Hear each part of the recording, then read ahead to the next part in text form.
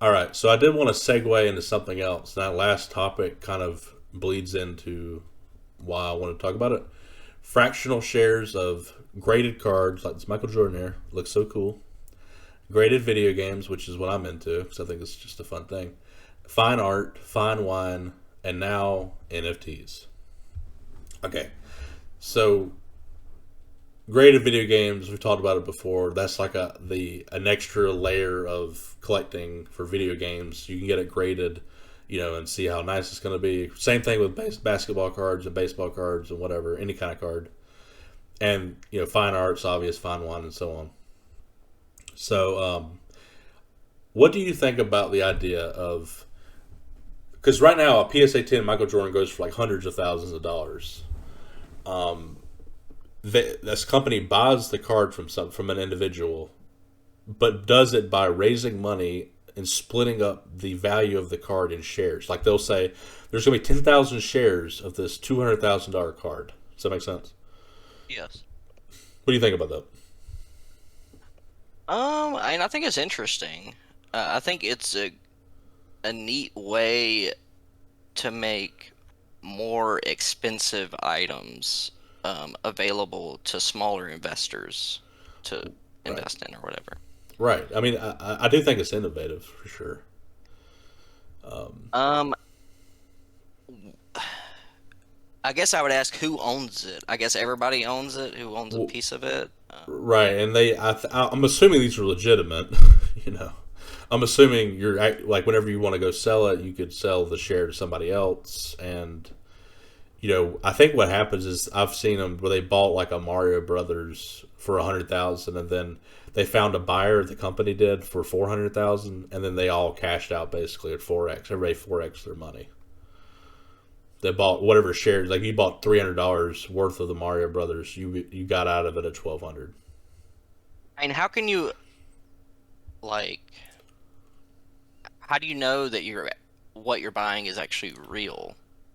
I guess it's You're like you're if they're buying an selling. IOU from that company, and I mean, I think it's legitimate. So it's these companies are legally bound to provide you with your. I think they take fees. Is how they make money. So they're basically working like how a market maker stock market type of thing works, but And you'd have to with confirm that loose the goods. item exists, you know?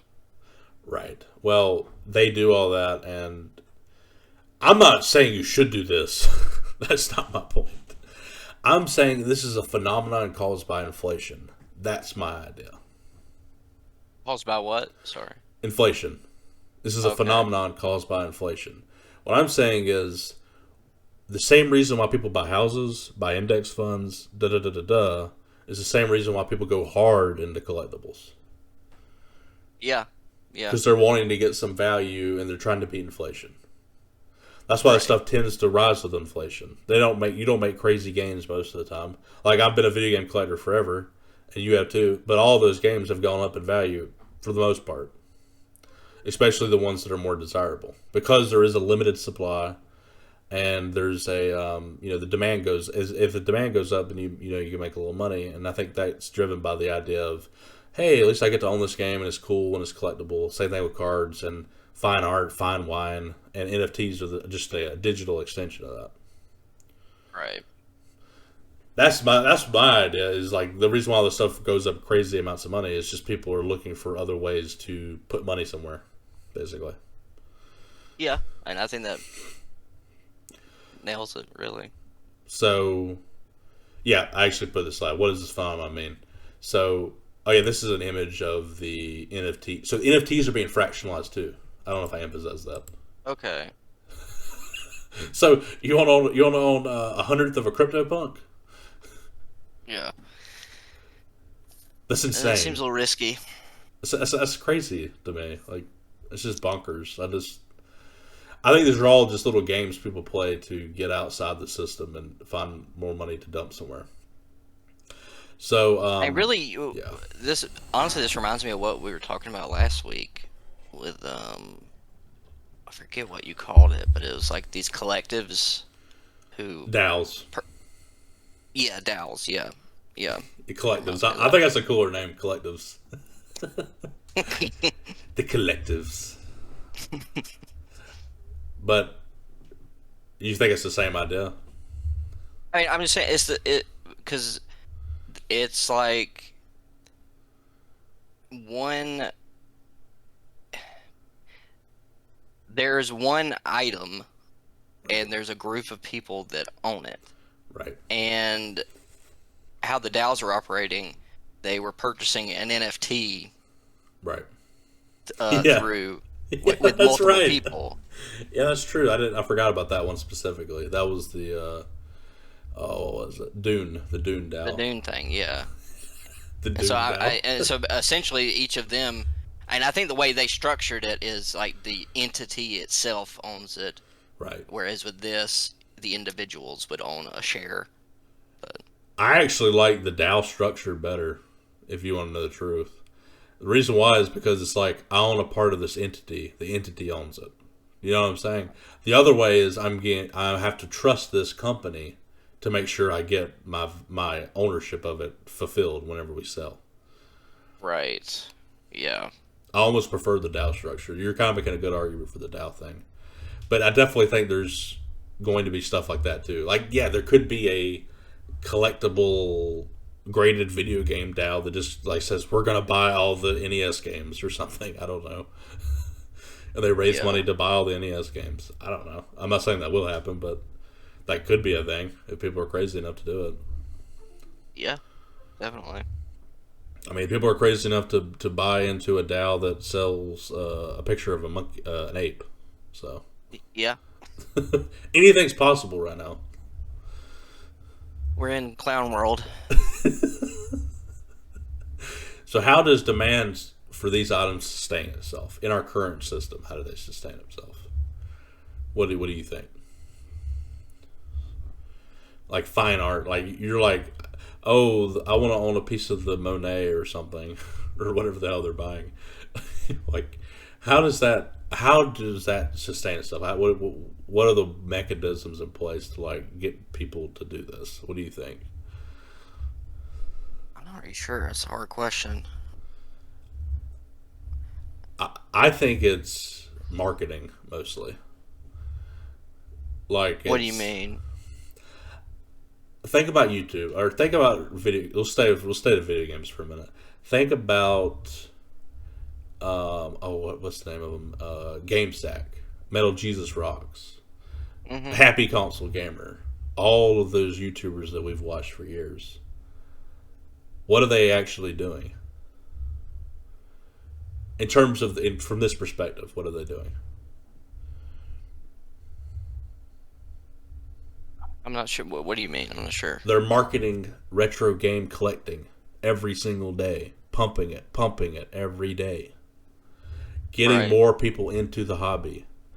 Dude, retro games used to not be that expensive. When these YouTubers broke out and freaked out and got really big, prices went up big time. They have affected the prices. That's Oh what I'm yeah. saying. Well, yeah, marketing, onboarding new collectors, and keeping them interested in it, and showing them new games to collect, and da da da da da.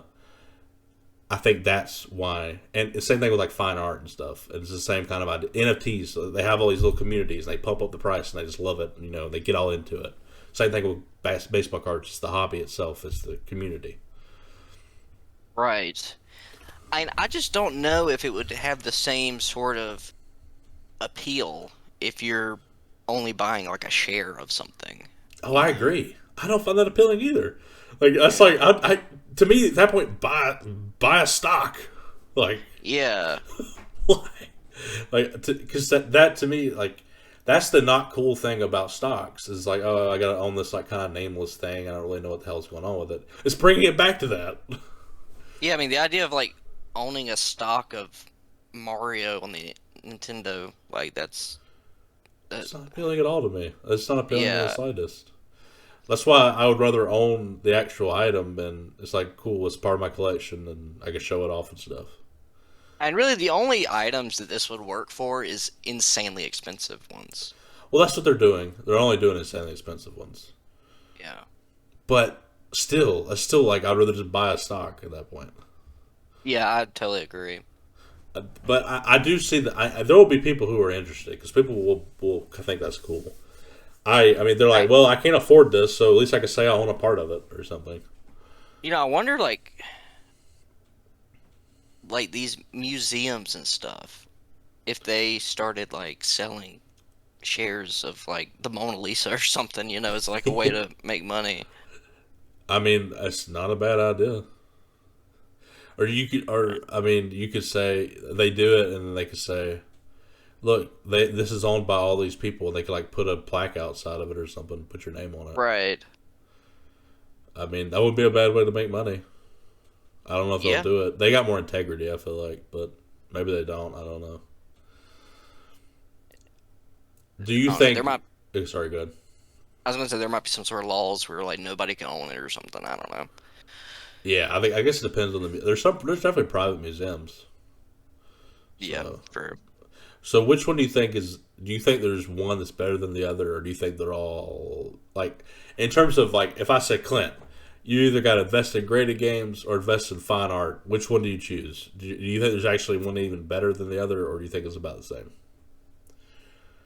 um, I'd say right now, like fine art is probably the better one, just based on it's got the history.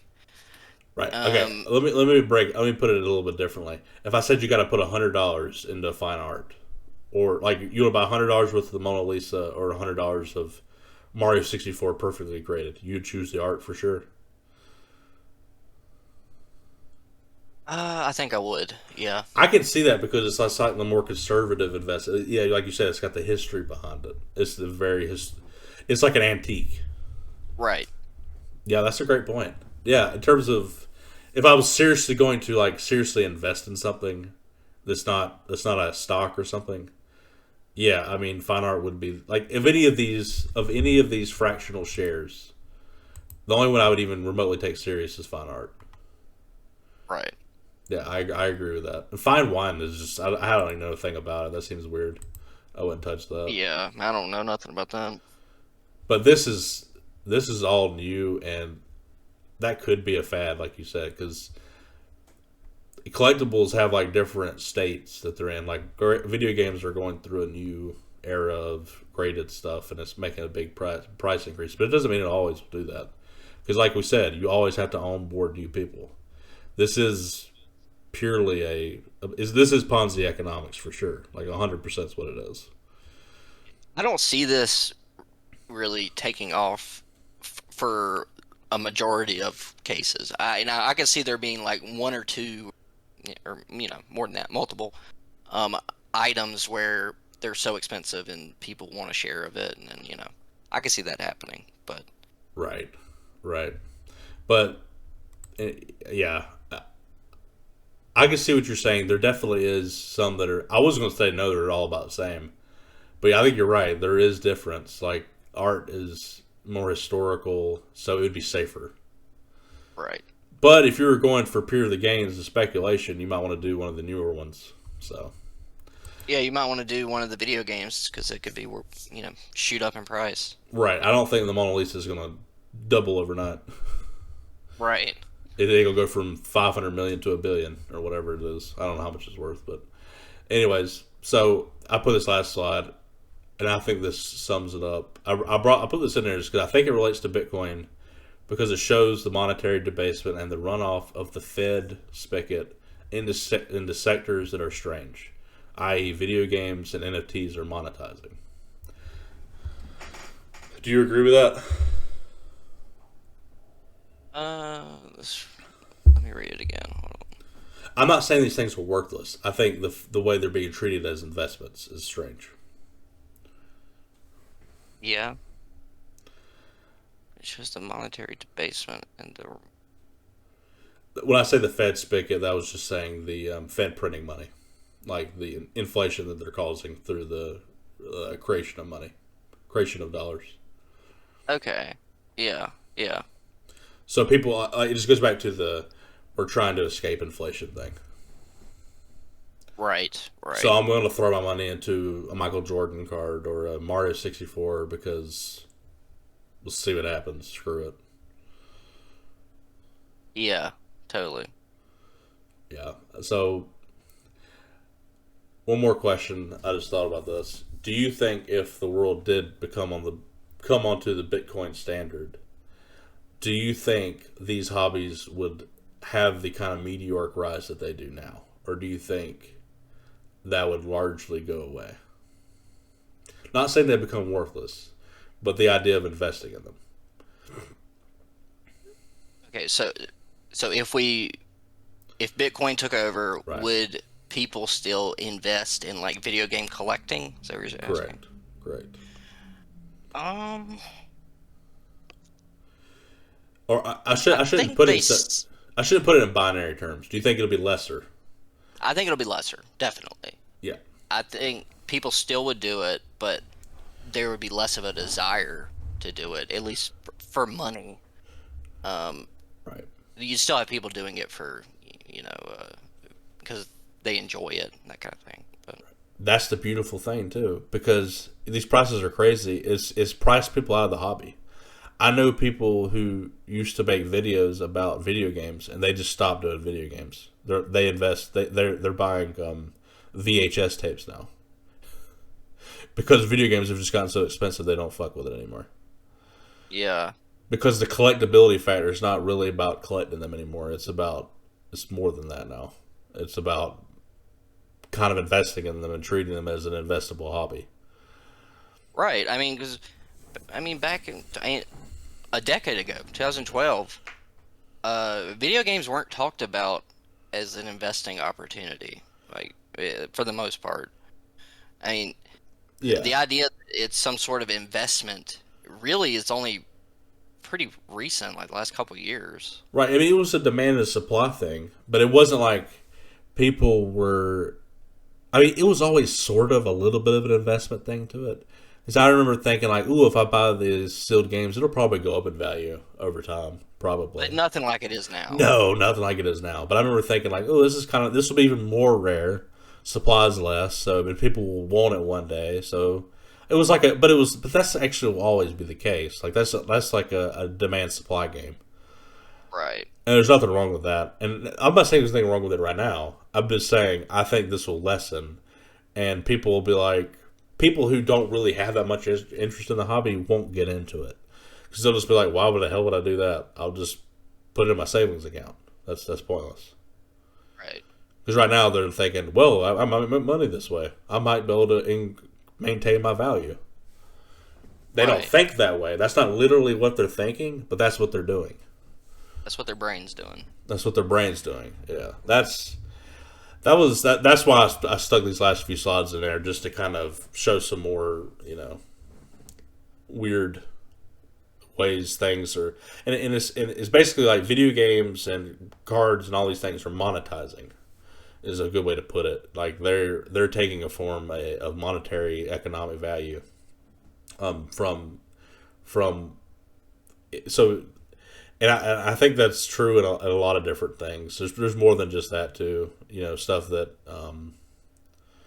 really shouldn't be monetized in a way because it's not like a good thing because that keeps people who really want to collect the stuff out of it. Yeah, it hurts the hobby. Yeah, it does. Like I'm not gonna say. I think hurting the hobby might be strong, but it brings people into it for reasons other than just collecting. Right. Yeah, that's a good way to put it. Yeah, hurting it. I mean, technically, it helps it from a money perspective, but I don't think it's a good thing long term. I guess For I mean from the perspective of like a lowly collector, you know. right. I mean, and personally, right now though, this is the cool thing. It got me into it, and I do think there's value to graded games. Like I think it actually adds value to the game. I truly believe that because you're standardizing the condition. That is a utility there. There's actual value there. Does that make sense? Yeah, yeah, I agree with you. So it's not like it's bullcrap. There should have been an increase in prices because it does add value to the games. However, the crazy speculation of it, that is what's been bizarre. But one thing that's cool that's happened is this year the prices are declining big time, and I've been buying some of those graded games that last year I could not buy because every single graded game was going for over $400. It was Right. like impossible to find, and only ones that were going for a reasonable price were games that weren't that interesting, and even those were going for $150. Yeah, the market was insane. Right, and now I can get cool sealed graded games for a price that actually makes sense to me. When you take into account that it costs money to send a game in to get graded, I am glad I got into it because I think it's a cool. Like I want to. I'm actually probably going to sell most of my cartridges and stuff, Mhm. because I don't find that appealing anymore. Because back then, for cartridges and stuff, it was more about playing them.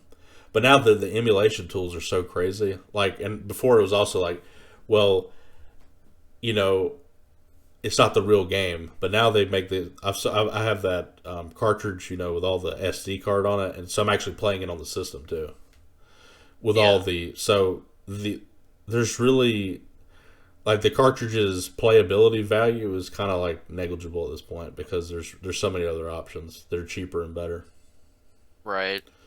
So I'm kind of over collecting. I'm still going to keep the ones I actually care. Basically, I'm going to trim down my collection to the games I actually care about in terms of cartridges and loose games. Now, Yeah. the games that are complete in box and got manuals and stuff, I will still sell some of those, but I will keep some that are rare and stuff because I think they're cool. But like cartridges, I don't really care if they're rare. I want to get I because they're not as rare as like complete in box. So I'm just kind of over those basically. Yeah. Yeah. Is there anything you wanted to add before we wrap up? But I didn't really have anything else to add. That was really the whole thing. I just wanted to talk about the idea, and a lot of people think it's going to happen, but we'll see. Uh, I don't have much to add. I mean, I think I don't know if we'll see 100% adoption or anything like that, but Right. um, I think that's the direction we're headed. Is and Did you know about El Salvador? yes, I did. Yeah, That's pretty and interesting. yeah, the more countries and states and stuff that we see adopting it, it's just it's that self-fulfilling prophecy. Yeah. Yeah. I mean, that's the quote unquote. I think the quote unquote potential is if today it was like suddenly evaluated like people say it should be, it'd be 3,000x today. Now, over Yeah, I mean time, that. as we saw, because of inflation and technology and stuff, it'd be worth even more in dollar terms. Right, right. Because of how because things will deflate over time. That's another thing I think people are brainwashed into thinking is I've heard somebody on YouTube the other day say inflation's a good thing. Yeah, I've heard people say that too. Why? Why? That's not a good thing. Why is that a good thing?